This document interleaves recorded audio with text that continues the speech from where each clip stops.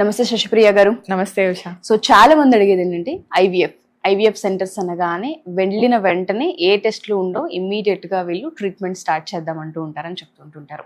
సాధారణంగా నార్మల్ గా న్యాచురల్ గా ప్రెగ్నెన్సీ వచ్చే అవకాశం ఉంటుంది అంటారు అసలు ఐవీఎఫ్ వెళ్ళకుండా ఇక్కడ కనుక వస్తే? సో చాలా మంది ఏంటంటే ఐవీఎఫ్ సెంటర్ రాగానే భయపడతారు అనమాట. అసలు ఫస్ట్ పేరే ఐవీఎఫ్ సెంటర్ కాదు, ఇక్కడ ఒక సర్వీసెస్ ఐవీఎఫ్. సో ఒక ఫర్టిలిటీ సెంటర్కి వస్తే ఫస్ట్ మనకి ఎవాల్యుయేషన్ చేస్తారు. ఏం ఎవాల్యుయేషన్ చేస్తారంటే అసలు ప్రెగ్నెన్సీ ఎందుకు రావట్లేదు. సో మనకు ప్రెగ్నెన్సీ రావాలంటే అసలు ప్రెగ్నెన్సీ అనేది ఏంటి, ఎగ్ స్పర్మ్ కలిస్తే ఒక బేబీ తయారవుతుంది. బేబీ వెళ్ళి యూట్రస్ లో కూర్చుంటే దాన్ని ప్రెగ్నెన్సీ అంటారు. ఓకే, సో ఈ beta HCG positive or urinary pregnancy test positive వచ్చింది అంటే ప్రెగ్నెన్సీ పాజిటివ్ వచ్చింది అని అర్థం. సో మనకి ఎగ్ స్పర్మ్ అనేది కలుస్తుందా లేదా, ఎందుకు కలవట్లేదు, రీజన్స్ ఏంటి మనం ఆలోచిస్తే, సో ఫీమేల్ పార్ట్నర్ దగ్గర నుంచి మనకు ఎగ్స్ వస్తాయి, మేల్ పార్ట్నర్ దగ్గర నుంచి మనకు స్పర్మ్స్ వస్తాయి. సో మనం ఇద్దరికి ఎవాల్యుయేషన్ చేయాలి. సో ఫీమేల్లో మనం ఎవాల్యుయేషన్ ఏం చేస్తాం? సో మనకు రిప్రొడక్టివ్ ఆర్గాన్స్ అంటే మనకి uterus, fallopian tubes and ovaries. చాలా మందికి ఏమవుతాయి అంటే ఫెలోపియన్ ట్యూబ్స్ బ్లాకేజెస్ ఉంటాయి అన్నమాట. సో ఈ ఫెలోపియన్ ట్యూబ్ ఇంపార్టెన్స్ ఏంటి అంటే ఎగ్ స్పర్మ్ కలిసేది మనకు ఫెలోపియన్ ట్యూబ్లో అనమాట. సో బ్లాకేజెస్ ఉంటే మనకు జనరల్గా ప్రెగ్నెన్సీ అనేది రాదు. సో చాలా మంది ఏం చేస్తారు, మనం ఎగ్ కరెక్ట్ టైంగా ఇంట్లోనే రికార్డ్ చేసుకుంటుంటారు అనమాట. మేడం మేము ఓవ్యులేషన్ టెస్ట్ చేసుకుంటున్నాము, ఓవ్యులేషన్ కిట్స్ వచ్చేసాయి మార్కెట్లో, అందరికీ తెలుసు ఓవ్యులేషన్ అవుతుందా లేదా. ఓవ్యులేషన్ అవుతుంది మేడం, ఎల్హెచ్ కిట్ పాజిటివ్ వస్తుంది, మేము ఆ టైంలో ట్రై చేస్తున్నాము, ప్రెగ్నెన్సీ రావట్లే అంటారు. సో ఓవ్యులేషన్ అవుతుంది కరెక్టే, కాకపోతే ఫెలోపియన్ ట్యూబ్ ఓపెన్ ఉందా లేదా important. So fallopian tube open ఉందా లేదా చెప్పేది ఎవరు? డాక్టర్ దగ్గరకు వస్తే ఫస్ట్ టెస్టింగ్ చేస్తే మనకు తెలుస్తుంది ట్యూబ్ అనేది ఓపెన్ ఉందా లేదా. సెకండ్ థింగ్, స్పర్మ్స్ అనేటివి ఎవ్రీ ఇంటర్కోర్స్ తర్వాత బయటకు వచ్చేస్తున్నాయి మేడం అంటారు. సో చాలా మందికి సర్విక్స్ అనేది క్లోజ్డ్ ఉంటుంది అనమాట, సర్వైకల్ స్టీనోసిస్ అని అంటారు. ఈ సర్విక్స్ అనేది గర్భసంచి లోపలికి ఎంట్రీ భాగం అనమాట. లేదా చాలా మందికి సర్వైకల్ మ్యూకస్ అనేది ఎక్కువ ఉంటుంది. సో స్పర్మ్స్ ప్యాసేజ్ లో నుంచి లోపలికి వెళ్ళవన్నమాట. ఈ సర్వైకల్ స్టీనోసిస్ ఉందా లేదా ఎవరు ఎవాల్యుయేట్ చేస్తారు? డాక్టర్ ఎవాల్యుయేషన్ చేస్తారు.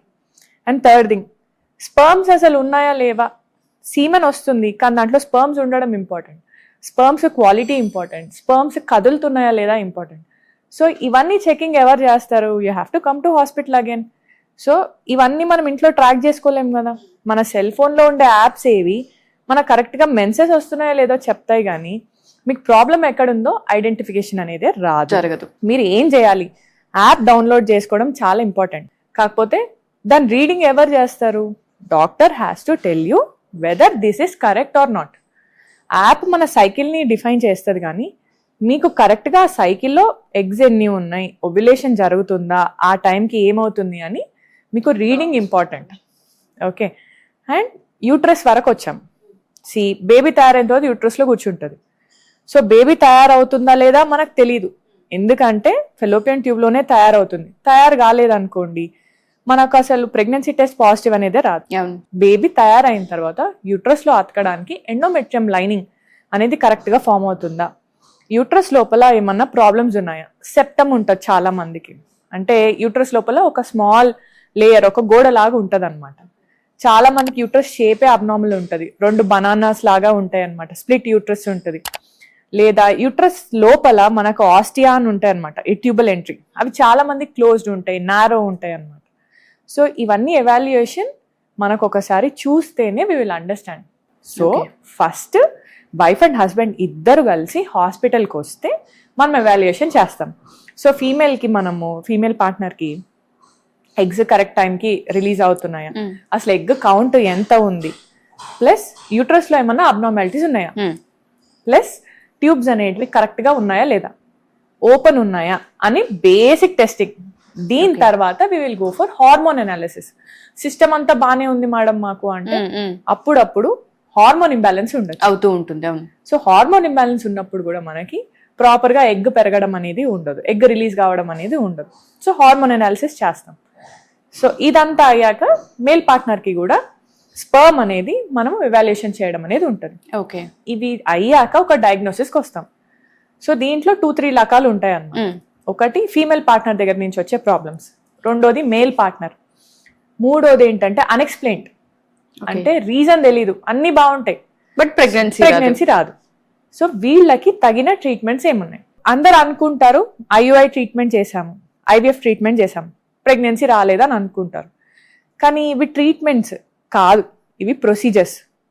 సో ప్రెగ్నెన్సీ అనేది మనకు రావాలి.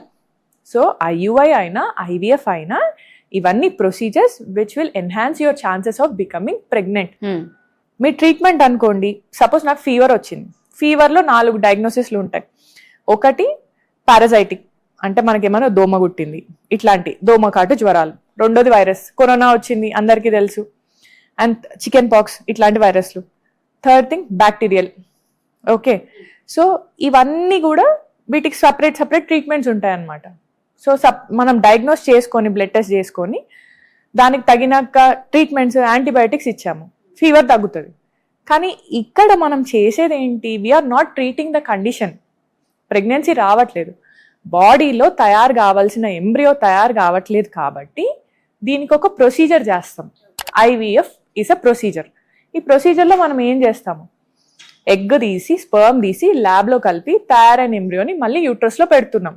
So IVF is a procedure which will enhance your pregnancy chances by 60%.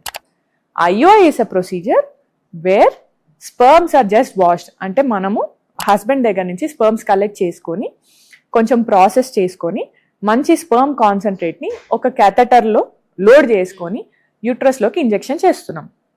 మనం యూట్రస్ వరకు ఇంజెక్షన్ చేస్తాం, కాకపోతే అవే మళ్ళీ ఎగ్ లోపలికి వెళ్ళి కలవాలి. సో న్యాచురల్గా మనము ట్రాక్ చేసుకొని ఇంట్లో ట్రై చేసుకొని వచ్చే ప్రెగ్నెన్సీ కంటే ఐయుఐ పద్ధతి ద్వారా ఒక 10% బెటర్ ఛాన్సెస్. ఎందుకంటే ఎగ్స్ని ఎగ్ దగ్గరికి స్పర్మ్స్ని రీచ్ అయ్యేలాగా వదులుతున్నాం, దగ్గర చేస్తున్నాం, డిస్టెన్స్ని తగ్గిస్తున్నాము. ప్లస్ డెబ్రీస్ ఏమన్నా ఉంటే చెత్త మనం అంతా సపరేట్ చేస్తున్నాం, కాబట్టి ఒక 10% బెటర్ ఛాన్సెస్. ఓకే, సో ఇవి ప్రొసీజర్స్. సో చాలా మంది ఏమనుకుంటారు, ఫర్టిలిటీ సెంటర్కి వెళ్ళంగానే ఐవీఎఫ్ అంటారు. So as per the protocol also మనం అన్ని ఫాలో వరల్డ్ వైడ్ కూడా ఒకటే గైడ్ లైన్స్ ఫాలో అవుతాయి. సో గైడ్ లైన్ లో మనకి ఏం చెప్తుంది? ఏజ్ ప్రకారం కపుల్స్ ని మనం డివిజన్ చేసుకుంటాం. ఓకే, సో ఏజ్ అనేది మనకు చాలా ఇంపార్టెంట్.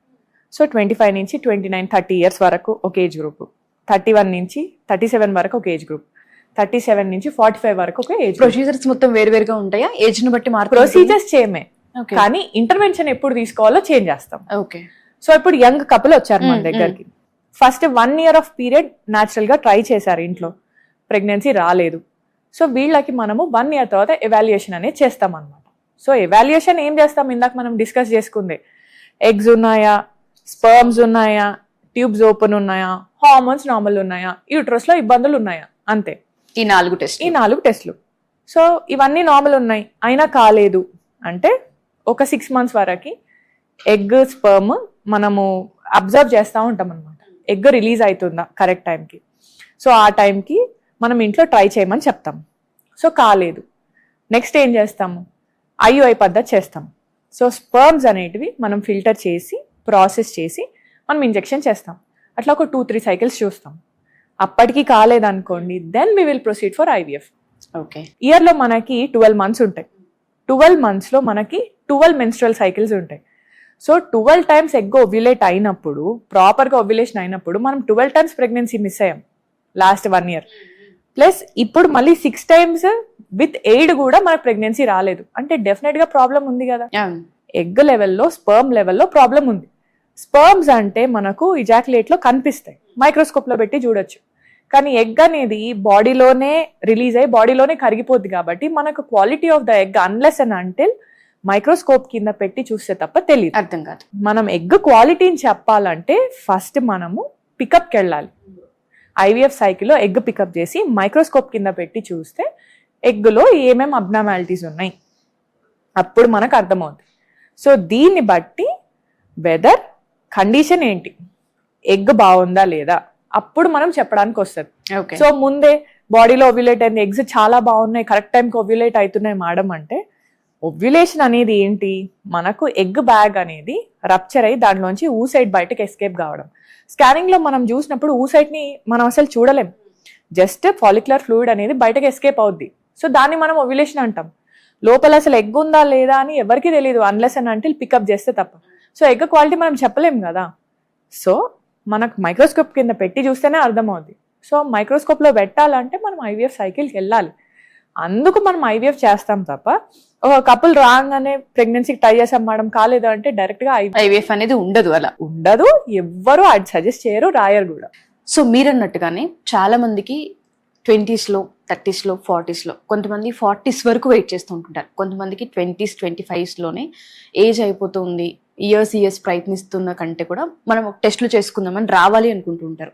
మన కోంపల్లిలో ఉన్న పాజిటివ్ వాళ్ళు ట్రీట్మెంట్స్ అసలు ఈ విధంగా ఉంటాయి. సో మన దగ్గర ఏంటంటే first it is a full flesh centre అండి. సో మనకు ఇక్కడే ల్యాబ్ ఉంది, ఇక్కడే మనకి ఎక్స్పీరియన్స్డ్ ఎంబ్రియాలజిస్టులు, ఆండ్రాలజిస్టులు ఉన్నారు. సో సిమెన్ అనాలిసిస్ కానివ్వండి, లేకపోతే మీకు బ్లడ్ టెస్టులు కానివ్వండి, లేకపోతే మనకు అల్ట్రాసౌండ్ కానివ్వండి, బయటకు ఎక్కడో పోవాల్సిన అవసరం లేదు. వన్ టైం గో అనమాట. సో పేషెంట్ రాగానే, కపుల్ రాగానే ఫస్ట్ మనం ఇవాల్యుయేషన్ చేస్తాం.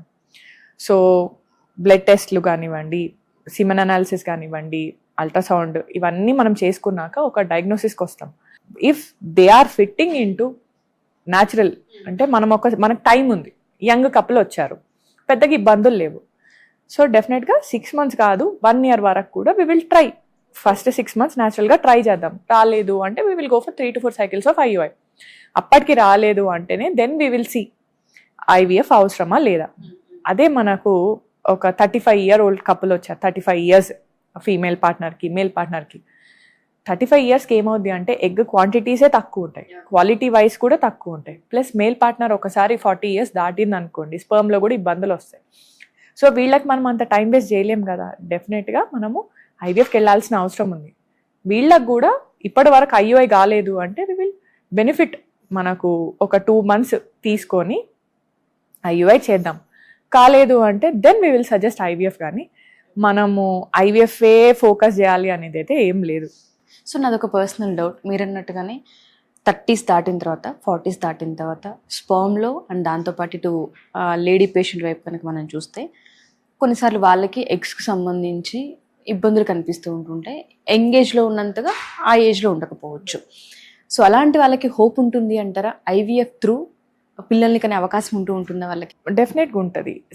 వీ హ్యావ్ సీన్ ఈ లాస్ట్ 6-7 yearsలో 40 yearsకి కూడా మనకు సెల్ఫ్ ఎగ్స్ అండ్ స్పర్మ్తో కూడా ప్రెగ్నెన్సీస్ వచ్చిన వాళ్ళు చాలామంది ఉన్నారు. కాకపోతే ఏంటంటే దాని పర్సెంటేజ్ అనేది చాలా తక్కువ అనమాట. సో ఎందుకు అంటే మనము ఫీమేల్స్ అనేవాళ్ళు పుట్టేటప్పుడే లిమిటెడ్ నెంబర్ ఆఫ్ ఎగ్స్తో పుడతాం అనమాట. సో ఈ ఎగ్ బ్యాగ్ అనేది ఎవ్రీ ఇయర్ అనేది డిప్లీట్ అవుతూ ఉంటుంది అనమాట. దాంట్లో ఎగ్ క్వాంటిటీస్ అనేటివి తగ్గుతూ ఉంటాయి. ఓవరీలో మనకు ఒక 3 million eggs మనం పుట్టినప్పుడు ఉంటే దాన్ని మనము మెన్స్ట్రుయేషన్ అంటే మినార్కి ఒక 13 years 14 years మెన్సెస్ స్టార్ట్ అయ్యేటప్పటికి మనకు ఆల్మోస్ట్ 30,000 అయిపోతాయి అనమాట. సో ఎవ్రీ మంత్ దీంట్లో నుంచి మనకు ఒక 10 eggs మెన్సెస్ day 1కి ఓవరీ సర్ఫేస్ మీదకి వస్తాయి. సో 25 years నుంచి 30 years లోపల అనుకోండి మనకు 10 eggs ఉంటాయి. అదే 32 years 33 years తర్వాత దాంట్లో సగానికి సగం అవుతాయి అనమాట, 5 eggs అవుతాయి. అండ్ ఏజ్ పెరుగుతున్న కొద్దీ డిప్లీషన్ అనేది ఫాస్ట్గా అవుతూ ఉంటుంది. సో ఈ మిగిలిపోయిన ఎగ్స్ మనకి ఎన్ని ఉన్నాయో తెలుసుకోవడానికి మనం AMH అని చిన్న హార్మోన్ టెస్ట్ అనేది చేసుకుంటాం. ప్లస్ Day 2 రోజు స్కానింగ్ చేసినప్పుడు కరెక్ట్గా ఈ మంత్లో ఎన్ని ఎగ్స్ ఉన్నాయో వీళ్ళు అండర్స్టాండ్. సో 35 yearsకి వచ్చినప్పుడు మనము తొందరపడాలి కదా డెఫినెట్గా. అండ్ ఇంకొకటి ఏంటంటే క్వాలిటీ కూడా తగ్గుతుంది. సింపుల్ ఎగ్జాంపుల్, ఇప్పుడు మనకే చిన్నప్పుడు చికెన్ పాక్స్ వచ్చింది 9th standard 8th standard. So మరకలు అనేవి ఫేస్ మీద కనిపించవు. అదే మనం ఏజ్ 30 years తర్వాత చికెన్ పాక్స్ ఇంకేమన్నా మనకు ఘాట్ అయింది అనుకోండి, స్కిన్ అనేది హీలింగ్ తొందరగా ఉండదు, మరకలు అనేటివి ఉండిపోతాయి. ఎందుకు అంటే ఈ సెల్యులర్ రీజనరేషన్ కెపాసిటీ అనేది ఏజ్ పెరుగుతున్న కొద్దీ తగ్గుతుంది. సో మన స్కిన్ సెల్సే అట్లా ఉంటే డెఫినెట్గా ఈ ఎగ్ స్పర్మ్స్ అనేటివి జీన్స్ ఉంటాయి, దాంట్లో మన జీనే బేబీకి క్యారీ అవుద్ది కాబట్టి సో వాటిలలో హెల్దీగా ఉండే capacity will be very less first thing. So న్యాచురల్గా ప్రెగ్నెన్సీ ఆ టైంలో కష్టం, 35 కానీ 40 years కానివ్వండి, ఈజీగా అబార్షన్స్ మిస్క్యారేజెస్ అవుతూ ఉంటాయి, ఎక్కువ ఉంటాయి. సో వీళ్ళకి ఏంటంటే ఒక చిన్న టెస్ట్ PGTA అని ఉంటుంది అనమాట. So pre implantation genetic testing for aneuploidy. So ఈ ఎంబ్రియోస్ మనం టెస్టింగ్ చేసి మనం ట్రాన్స్ఫర్ చేసుకుంటే బెటర్ క్వాలిటీ ఎంబ్రియో ట్రాన్స్ఫర్ చేస్తాం కాబట్టి సక్సెస్ రేట్స్ అనేటివి బెటర్గా ఉంటాయి.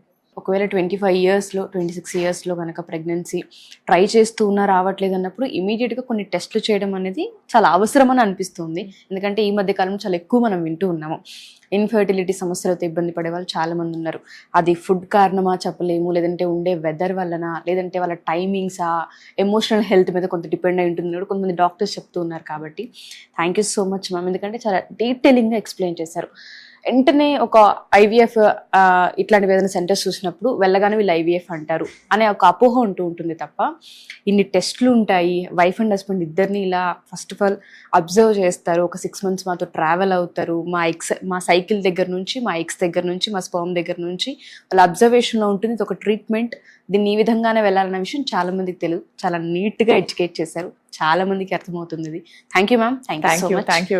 సో ఎవరైనా సరే మా ఈ వీడియో కనుక చూస్తూ ఉంటుంటే చాలా మంది ఆడపిల్లలు ఎస్పెషల్లీ మేము ఎన్నో ఇయర్స్ నుంచి తల్లి కావాలనే కోరికతో ఎదురు చూస్తూ ఉన్నాం. బట్ మాకు ప్రెగ్నెన్సీ రావట్లేదు, పీరియడ్స్ వస్తూ ఉన్నాయి, ఓవ్యులేషన్ అవుతుంది, బట్ ప్రెగ్నెన్సీ అనేది కన్ఫర్మ్ అవ్వడానికి ఇబ్బంది పడుతూ ఉంటుంటారు.